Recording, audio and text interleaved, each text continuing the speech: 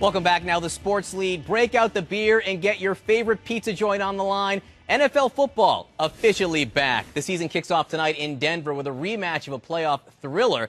The Broncos versus the Super Bowl champion Baltimore Ravens. Millions of people expected to tune in, further solidifying football really as America's new favorite pastime. Football is an industry that makes billions of dollars every year at both the pro and collegiate levels. And while professional players can count on fat paychecks to soothe the pain of tired muscles, season-ending injuries, and soul-crushing losses, college athletes can't make a dime off their blood, sweat, and tears. Yes, they do oftentimes get free rides at the universities, but really, that's chump change compared to what the schools and the NCAA rake in thanks to their football programs. The debate over paying college athletes is the cover story of the latest issue of Time magazine. Joining us now is Sean Gregory, the sports editor of Time and the author of the article. And Sean, you know, I've been arguing paying college athletes about it for years, but the argument now seems white hot. Why is that? Is it all about Johnny Manziel? Well, he's a big part of it. I mean, everyone's passionate about Johnny Manziel before he may or may not have signed autographs for money. And once it came out that he may or may not have done that, it just raised it to another level. And I think why it's also hot now is just the revenue numbers that you see. You see the pattern of over the last decade, TV numbers doubling, tripling. And over the next decade, it's just going to get higher and higher. I mean, there's huge demand for college sports. There's conference-owned networks, school-owned networks, a college football playoff now that's going to drive demand. So the revenues keep going up. The costs for the players are staying steady above the scholarship.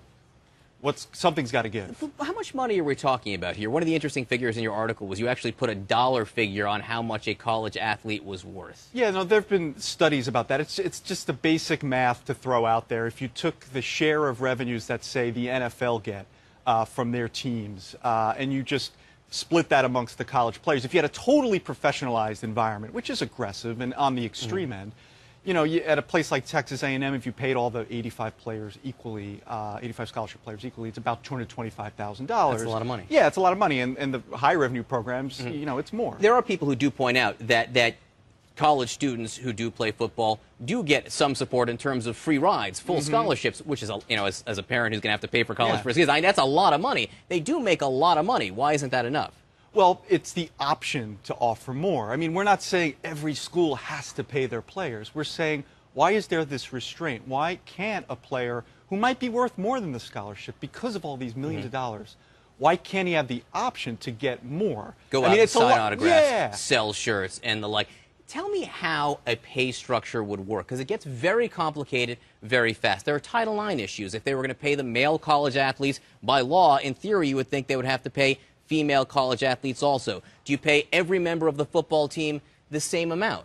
Well, we propose giving the schools the option. Now, Title IX, it's tricky. It's a challenge. There's an argument that if you don't pay them, it's women, it's a discrimination against women. But you can also make the argument if you just pay the men of football and men's basketball, that they bring in the big dollars, so you're not discriminating. You're just making it's economic fairness argument. But some women athletes might be, you know, might get a salary. You know, the schools can figure it out themselves. What about the equality on the team? What about the offensive lineman? He's not going to make as much as Johnny Manziel. Is that going to create friction?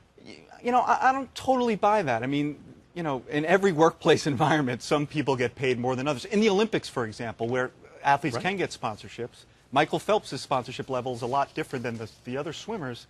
Team USA seemed to do all right. So it's a little, I don't totally buy it's just going to ruin the locker room environment. There's all kinds of work environments where pay is unequal. And maybe unequal. The kids will still go to school. We'll have to wait and see about that. Sean Gregory, great to see you. Sports editor of Time magazine. It's a fantastic article. Thanks Appreciate you being here.